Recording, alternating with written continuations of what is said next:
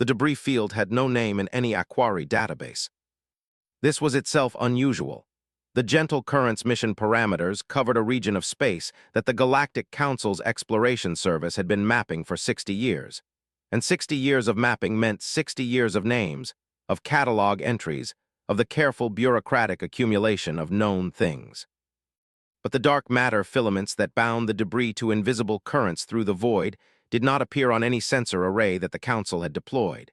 And so the field had no name because no one had known it was there. And by the time Selov understood what had happened to his ship, understanding it served no purpose except to confirm that the damage was real, and the situation was exactly as bad as the numbers on his control panel said it was. 3 days since the impact, hull integrity at 31% across 4 breach points, engines cold, communications at minimal function, life support at 14% and dropping with the specific, merciless arithmetic of a closed system running out of what it needed to stay closed. He pressed his webbed hand against the control panel and watched the numbers. Captain Wren's voice from the navigation station, carrying the specific quality of a young officer trying very hard to sound like he was not frightened. Life support is down to 12, at current consumption rate. 6 hours, Selov said, I know. He did know. He had known for the past 8 hours, watching the number decline with the patience of someone who was running calculations that kept arriving at the same answer. 6 hours of breathable air at current crew metabolic rates. He had 43 crew members, including 5 younglings whose gill flutter had been visible for the past 3 hours as the oxygen thinned, whose small bodies processed air at a rate that made the math worse rather than better. Dr. Suvea was moving between the injured crew members with the quiet efficiency of a physician who had decided that panic was a resource she did not have available. 3 crew members unconscious from oxygen deprivation.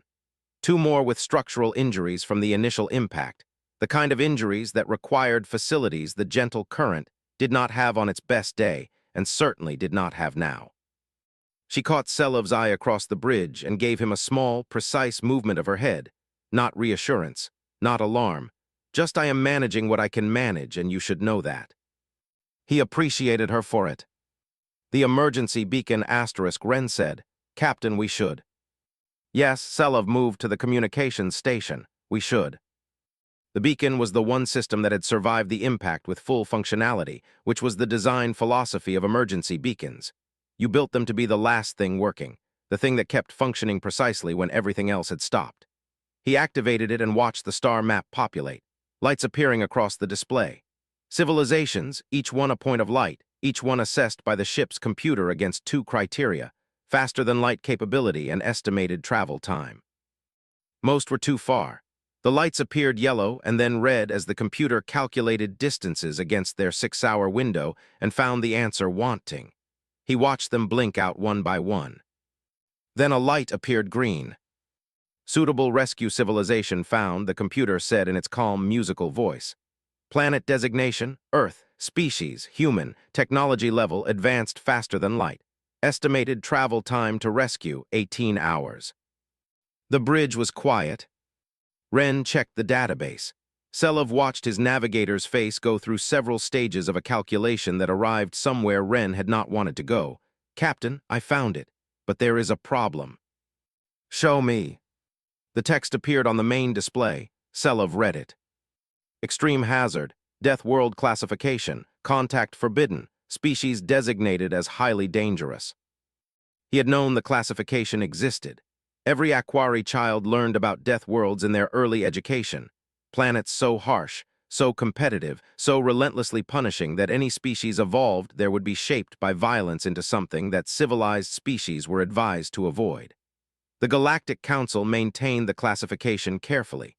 He had never expected to encounter it as a practical problem. He looked at the younglings in the corner of the bridge. The 5 of them sat together, their small bodies closed, their gill slits working visibly in the thinning air.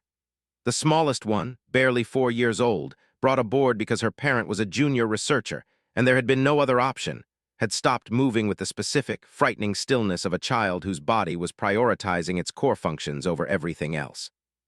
Captain Dr. Suvea said quietly. She had crossed the bridge without him noticing. The children, I need you to make a decision. The database says. I know what the database says. Her voice was the voice of someone choosing their words with great care. I also know that the only civilization within rescue range that has faster-than-light travel and medical technology rated above our own is listed on that display. She looked at the green light on the star map. And I know that Lyra, the smallest youngling, has approximately 2 hours before her respiratory system begins compensating in ways I cannot reverse with what I have. Selov closed his eyes for one breath.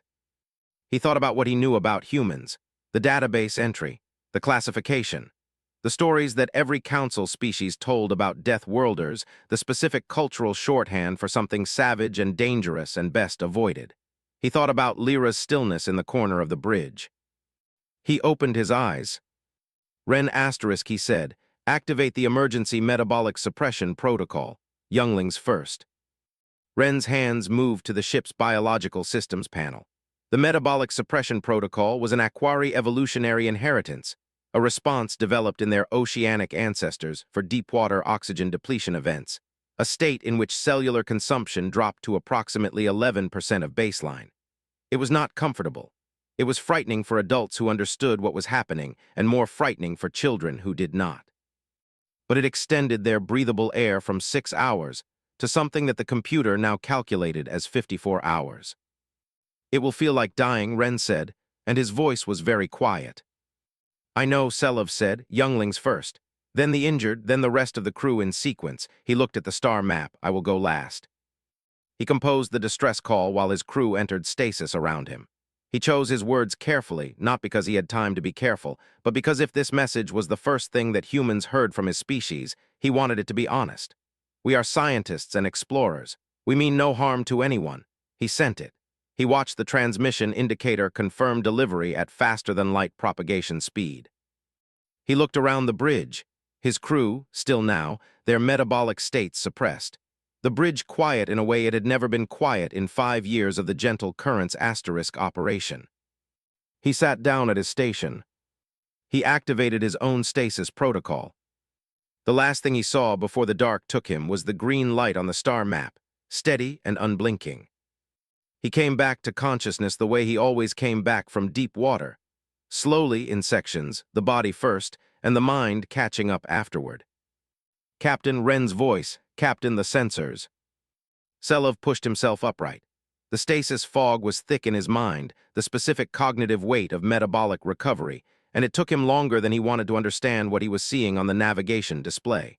Something large, something very large. On an approach vector from hyperspace, the computer said, the energy signature of a faster-than-light exit event. By the deep waters, he heard himself say. The vortex opened. He had studied hyperspace transit events in theoretical physics seminars 30 years ago, and had experienced them practically on every voyage since, and he had never seen one that looked like this. The energy readings that preceded the Iron Hammer's exit from hyperspace were an order of magnitude beyond any transit event in the Aquari database. The ship was large enough that its hyperspace field distorted local space in a way that the Gentle Currents asterisk sensors registered as a structural warning before the ship itself appeared. Then it appeared. The Iron Hammer was 2 kilometers long. Selov's ship was approximately 50 meters. He had understood this ratio abstractly from the computer's initial scan during the approach, but abstract understanding and visual reality were different things, and what he saw through the asterisk Gentle Currents asterisk viewports was something that his mind kept trying to reclassify as landscape, because nothing else in his experience provided a useful category for it. The black hull filled his visual field completely, not a ship approaching against a background of stars, but a hull that was the background, the stars visible only at its edges where the geometry allowed it. The weapon emplacements were visible from this distance. He could not have counted them if he had tried. Rows of structures along the hull's surface that the Aquari database's weapons identification system recognized in some cases and flagged as unknown in others. The known ones were the most advanced weapons technology in the Council's collective records, and the unknown ones were presumably more advanced still. The front of the ship had a geometry that his pattern recognition instincts insisted on reading as a face. The sensor arrays that functioned as eyes, the forward hull shaping that suggested predator anatomy in a way that was either accidental or was not. The battle damage was visible. Along the port side, a section of hull plating that had been replaced at some point with a slightly different alloy, the repair work visible against the original surface. Another section further aft, where the plating showed the specific scarring pattern of energy weapon impacts absorbed rather than deflected. Stories written in metal. A ship that had been in real conflict, had taken real damage, had been repaired and returned to service. "This is what answered our call for help," Dr. Suvea said from somewhere behind him. Her voice had the quality of someone saying something out loud because it needed to be acknowledged. A ship of war. Ren * Captain, their communication system is active. They are transmitting. "Put it through." The voice that came through the speakers was deeper than any Aquari voice, the specific resonance of a species that had evolved in dense atmosphere, the sound of something that had learned to make itself heard over distances and through interference. The ship's translation system worked to parse it, the half-second delay of real-time alien language processing, and then. "Alien vessel Gentle Current, this is Admiral Deron Rath of the Terran Defense Command, aboard the Iron Hammer. We have received your distress call and are responding. Please transmit your current crew status and medical requirements. We are here to help." Selov looked at the ship on his display. He looked at the words the translator had produced. He looked at the younglings, still in stasis, still, all 5 of them, still alive because the numbers said they were still alive. He reached for the communications controls.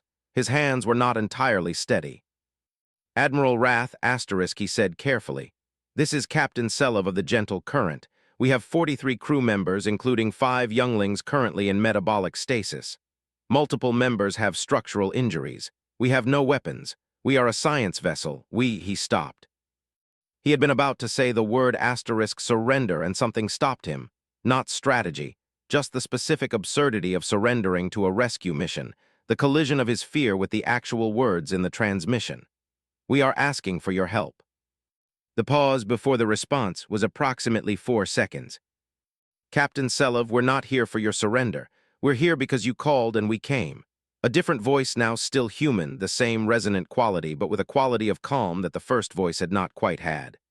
"My name is Captain Lyris Morrison. I command the Iron Hammer. Tell me who needs help first." "The younglings," Selov said immediately. "And we have crew members with internal injuries that require facilities we don't have." "Understood. We're preparing boarding teams now. Our medical officer has been analyzing your biological data for the entire transit. We'll have portable atmospheric support for your crew's respiratory requirements. Docking in approximately 12 minutes. A pause. "Captain, how are you doing?" It was such an unexpected question that for a moment he could not parse it. Not what is your ship's status or confirm your coordinates. She was asking how he was doing. He was a dying alien on a broken ship, and the person commanding the warship that had come to help him was asking how he personally was managing. "I have been better," he said honestly. 12 minutes * Morrison said, "Hang on." The docking clamps engaged with a sound that went through the * Gentle Current * S hull like a physical impact. Not damaging, just present. The specific sensation of something very large and very certain attaching itself to something small and uncertain. The equalization hiss of the airlocks connecting. And then in the corridor outside the bridge, footsteps. He had understood intellectually that humans were larger than Aquari. The biological data in the Council database, the same database that classified them as extreme hazards, gave height and mass figures that he had processed academically. What he had not processed was what footsteps sounded like when the feet making them belonged to something that massed 3 times what he did and was wearing powered armor. The bridge door opened. The first human stopped just inside the doorway. The armor was military green, scratched and dented in the specific way of equipment that had been used rather than displayed, and it made the human inside it look larger than the biological data had suggested, the powered exoskeleton adding mass and dimension. The helmet's display systems gave the faceplate a faintly luminescent quality. Behind this human, Selov could see more of them in the corridor, and in their arms, medical cases and portable atmospheric units and equipment that did not look like weapons. Then the first human reached up and removed the helmet. The face underneath was female. Selov recognized the secondary sexual characteristics from the database, the shorter bone structure of the facial features, the brown hair cut practically short. She had a scar on her left cheek, an old one, a healed injury that spoke of something survived.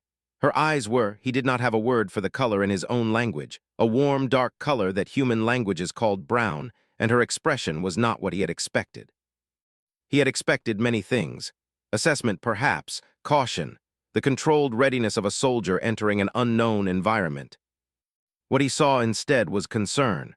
Direct, uncomplicated, the specific quality of a face looking at a situation it wants to fix. "I'm Commander Sierra Hayes, asterisk," she said in accented but entirely comprehensible Aquari. Not perfect, the vowel sounds were shaped by a throat that was not built for them, but real, the result of someone spending 17 hours learning enough of a language to say the thing that needed to be said. "We are here to help. You are safe now." The crew members behind her were already moving. They did not advance on the Aquari, they spread out with the practiced efficiency of people who had been briefed on the space and had a plan for how to use it. And what they were doing was not securing the ship or establishing tactical positions. They were setting up atmospheric generators. They were opening medical cases.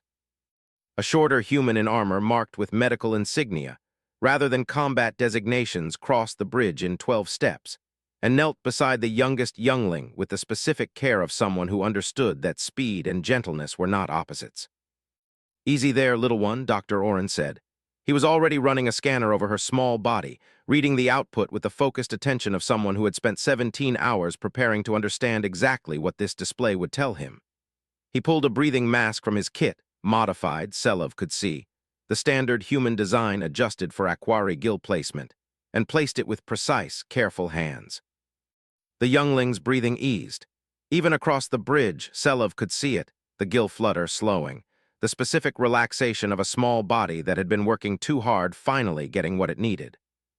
Dr. Suvia was beside him. Her voice was barely audible. "Captain, their database said they were dangerous." "Yes," Selov said. "Their database was wrong." He did not answer her. He was watching Hayes kneel beside a crew member who had fallen unconscious, watching her hands move with the gentleness that heavy armor made surprising, but did not eliminate, watching a soldier from a death world treat an alien she had never encountered as though the alien's life mattered in the specific way that lives matter when you have decided they matter, and nothing is going to change that. Hayes looked across the bridge and met his eyes. "Captain Selov, your condition is worse than the others. You went into stasis last and came out first." Her Aquari was careful, chosen, the words of someone who had limited vocabulary and was using it deliberately. "You need treatment. Will you let us help you?" He thought about the database entry. He thought about the classification. He thought about 60 years of council mapping that had never once looked for what was actually in the Kepler 442 region, because looking might have found something inconvenient. "Yes, asterisk," he said. "Thank you." Hayes moved toward him with the specific, unhurried care of someone who had decided what needed doing and was doing it, and the bridge of the gentle current was warm with the atmospheric generators output and busy with humans carrying equipment designed for healing, and Selov allowed himself to be helped, which was something he had not done in a very long time. The Iron Hammer's medical bay was larger than the gentle current's asterisk entire science deck. Selov understood, being wheeled through the human warship's corridors on the second day of his recovery when he was strong enough to observe rather than simply endure, that the Iron Hammer had been redesigned for their arrival. Not dramatically, not in ways that required structural modification, but in the hundred small ways that spoke of a crew that had been given a problem and had addressed it with the same systematic attention they presumably gave every other problem. Signs at corridor intersections in both human standard script and Aquari, the Aquari rendering slightly imperfect, clearly produced by a translation system that had been doing its best with limited time, but present. The atmospheric mix adjusted to be more comfortable for gill-based respiration. The lighting in the sections where the Aquari were being treated shifted from the blue-white of human preference to the warmer spectrum that Aquari eyes processed more comfortably. These were not the actions of a species that wanted to be feared. These were the actions of a species that had looked at a problem and worked the problem. A young human technician stopped him in the corridor, stopped himself, not blocking Selov but pausing, the body language of someone who wants to speak and is uncertain about the protocol. His name tag read asterisk Jenkins asterisk. He said in careful halting Aquari, "Comfortable, need anything." Selov said, "I am well, thank you." Jenkins's face did the thing that human faces did when they were pleased. the specific muscular arrangement Selov had been cataloging since the first hours, the expression that the database called a smile, which he was learning to read as a primary indicator of emotional state. Jenkins nodded and moved on. Selov watched him go. In the recreation area at the end of the corridor, 4 younglings were playing a game with 3 off-duty human crew members. He could not yet tell what the game was. The rules appeared to be in the process of being negotiated through gesture and laughter, the universal language of children who have decided that communication is less important than participation. Sergeant Vale was sitting cross-legged on the floor with the 5th youngling, the smallest one, Lyra, who had been the most critical when Hayes had reached her, and was teaching her something with her hands, a pattern of movements that Lyra was copying with the focused concentration of a child who has decided this is the most important thing she has ever learned. Vale looked up and saw him watching. She said something in Aquari, 3 words, imperfectly pronounced but genuine. She learns fast. Selov looked at Lyra's hands moving through Vale's pattern. The youngling who had been still and frightening and too close to the specific silence that came before something worse was now sitting on the floor of a human warship learning a game from a soldier, and her gill slits were moving with the easy rhythm of a child who was breathing without effort and had forgotten that breathing was ever hard. He stood in the corridor for a moment and felt something reorganize in his understanding of the universe. Not dramatically, not all at once, just the specific, quiet shift of a mind whose model of reality has encountered evidence that the model could not accommodate and has begun, carefully and irrevocably, to update. Admiral Rath's ready room was exactly what Selov had expected from the space that belonged to the commanding officer of the most powerful warship he had ever seen. Functional, efficient, the decoration limited to star charts and what appeared to be honors of various kinds. The kind of room that communicated this space is for working without apology. Rath himself, standing at the window with his hands clasped behind his back when Selov entered, was exactly what the room suggested. A man who had spent 30 years in an institution that valued precision and had been shaped by that value without being reduced to it. He turned when Selov entered. His face had the quality that Selov was coming to understand as the human military default, controlled, present, revealing less than it contained. But there was something in his eyes when he looked at Selov that was not controlled in the same way, something that had been waiting. Captain Selov, he said, "Dr. Oren tells me you're recovering well, please sit." The chair across the desk had been adjusted for Aquari physiology. Selov noted this and sat. "Admiral Rath, I owe your crew." "You don't owe us anything,